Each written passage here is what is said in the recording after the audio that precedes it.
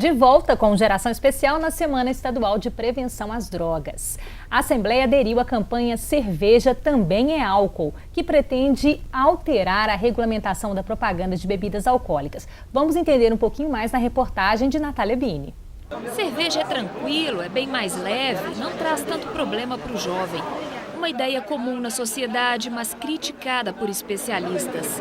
As consequências do consumo dessa bebida, cada vez mais cedo e em maior quantidade pelos adolescentes, traz prejuízos já comprovados pela ciência. Os jovens que se tornam dependentes de álcool, de outras drogas, eles acabam sendo mais impulsivos, tendo dificuldade de planejar, têm dificuldades cognitivas. Para lutar contra esses efeitos, promotores e defensores públicos da área da saúde de todo o país, representantes da Associação Médica Nacional, do Conselho Nacional de Enfermagem e do Conselho Nacional das Secretarias Municipais de Saúde criaram a Associação Nacional pela Restrição da Propaganda de Bebidas Alcoólicas. A ideia é mobilizar a sociedade para criar um projeto de lei de iniciativa popular que altere uma lei federal sobre a propaganda de bebidas alcoólicas. O objetivo é que a cerveja tenha as mesmas restrições que as outras bebidas. A primeira reunião da associação foi na Assembleia de Minas. O grupo elaborou uma carta aberta à sociedade para explicar a campanha e pretende coletar, no mínimo, 1,5 milhão de assinaturas para que o projeto de lei seja recebido na Câmara dos Deputados. Nós pretendemos desencadear ações voltadas para a mobilização social, porque nós queremos que a força dos objetivos desta entidade nasça da sociedade civil mesmo. O presidente da Assembleia assumiu diante da associação que a campanha também será uma bandeira do Parlamento Mineiro. A Comissão de Prevenção e Combate ao Uso de Crack e outras drogas já era a coordenadora do movimento no estado. Essa não é uma campanha de ordem moral, não é uma campanha contra ninguém, não é uma campanha nem contra a mesma cerveja, longe disso, ninguém está preocupado em proibir ninguém de beber. Nós queremos responsabilidade no uso e principalmente proteger os jovens e as crianças, como manda a nossa Constituição.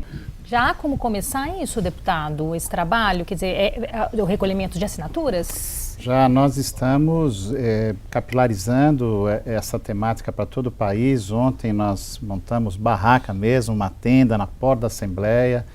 Peço a todos que se mobilizem, tem lá o site cerveja também é álcool.com.br, onde pode baixar um formulário. A nossa legislação prevê a possibilidade de a sociedade apresentar projetos de lei no Congresso. E nós estamos mobilizando a sociedade, precisamos de 2 milhões de assinaturas, para colocar lá um projeto de lei que tire esse artigo mentiroso, né, da lei que regulamenta a propaganda de bebida, que diz que cerveja não é bebida alcoólica, né?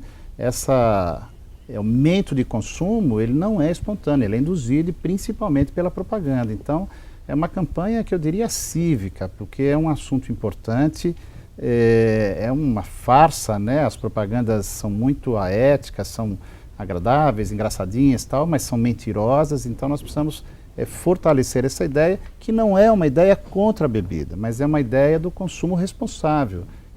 Tem que ser coisa de adulto, não pode ter indução aos adolescentes, não passar junto com um programa infantil, quer dizer, há muitas coisas que acontecem no Brasil que são inimagináveis do aspecto civilizatório e foram superadas em outros países. Nós precisamos corrigir esse grave erro. E olha só, a Natália Bini está lá no teatro, já está com 2 pessoas ali que têm a falar sobre isso, né, Natália? Sobre a facilidade de se encontrar o álcool, é isso? Exatamente, Fernanda. Como comprar essa bebida é tão fácil hoje em dia.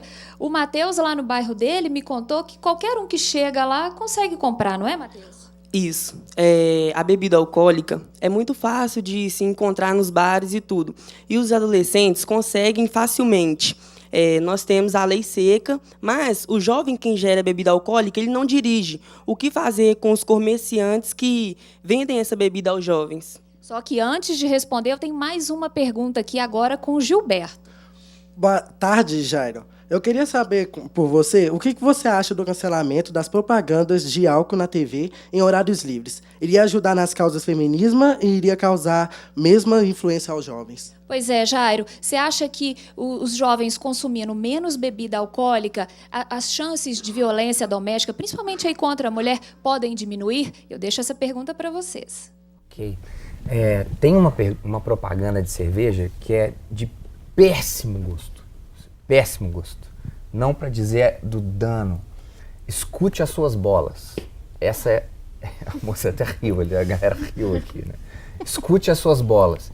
E aí, ao invés de ser uma coisa sutil, ela não é nada sutil. Porque o sujeito, ele olha, né, para as partes íntimas dele e aí tem duas bolas conversando com ele. Quer dizer, beber... Bola de futebol? Acaba sendo a bola de futebol, Que mas horror, eu não vi isso não, vínculo gente. é muito sujo, é horrível. Acaba tendo duplo sentido, né? Pois é, o duplo sentido, o sentido claro do negócio é assim, seja machão, né, assim. Então, são duas situações, é o sujeito com o chefe e o sujeito com o sogro. Então, assim, seja machão, você tem que ser o machão, escute as suas bolas. Então, quer dizer... Isso aí tem embutido essa questão da violência que ele falou, né? Aí vai, desde a questão que é muito típica em Belo Horizonte, né, assim, vão encontrar, pô, tem tanto tempo pra gente... Não, vou encontrar pra gente tomar uma, vou encontrar pra gente conversar. Você tem tempos que a gente não conversa, né? Agora, o que acontece muitas vezes, e isso me deixa, deputado, preocupado, é que se um menino... não na minha época e da Natália ali do Colégio Marconi, né? Fomos contemporâneos de Colégio Marconi.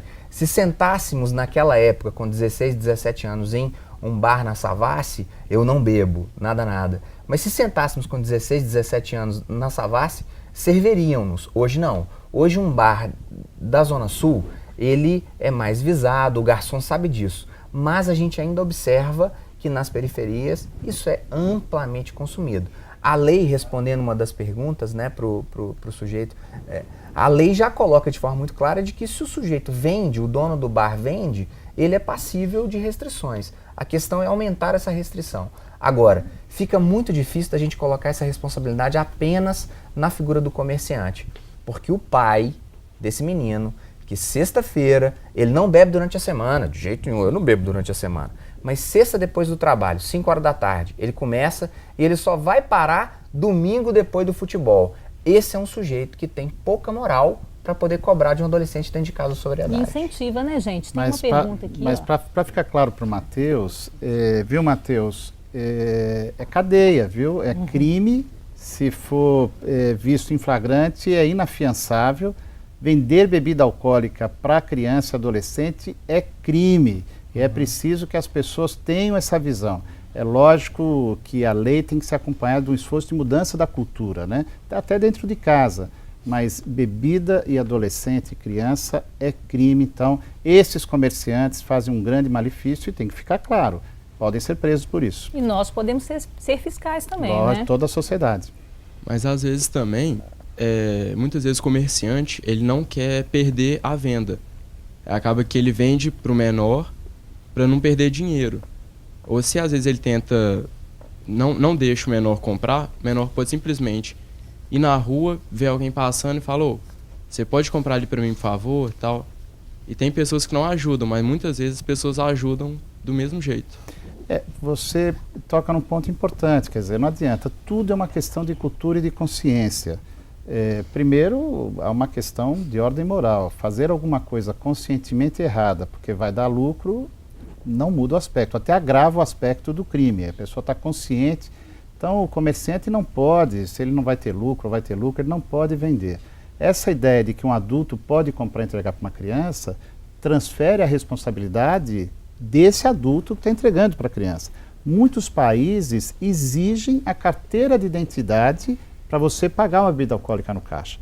E é engraçado, eu tenho alguns amigos que, alguns estados americanos fazem isso. E aí o cara já coroa, então vai passar no caixa uma cerveja de identidade. E você acha aquilo estranho, né? Eu não tenho cara de criança. Mas se criou a cultura, faz parte. Para vender tem que identificar a pessoa. Então essas mudanças... E não sai tomando, né? E não sai tomando. Então esse é um outro aspecto que eu queria também ressaltar.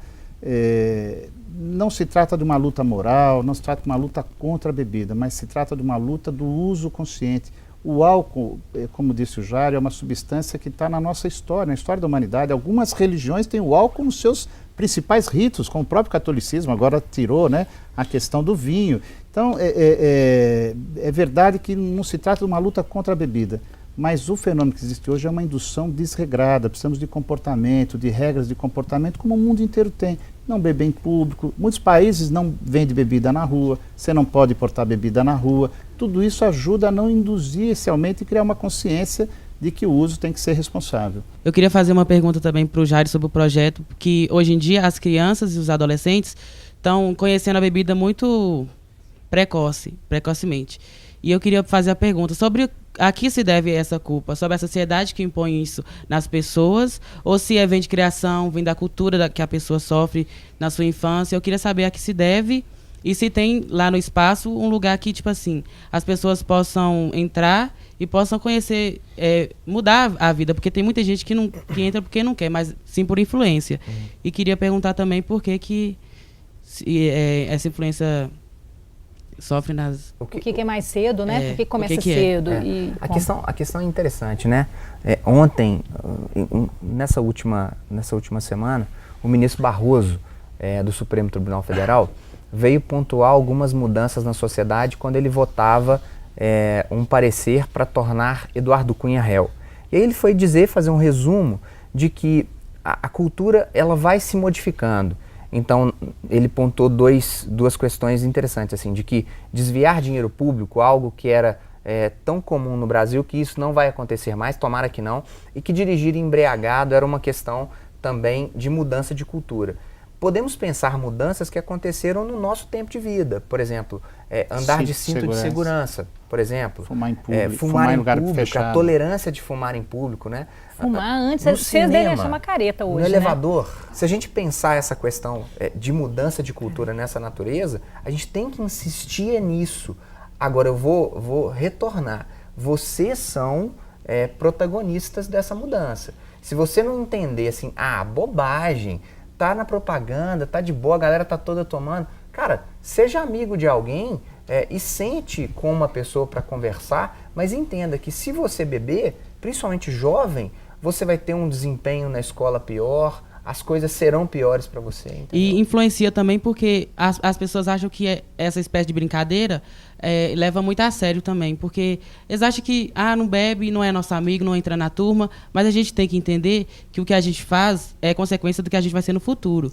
É isso aí, gente. E a gente tem mais uma pergunta aqui do teatro sobre essa questão. E a Jennifer vai falar pra gente.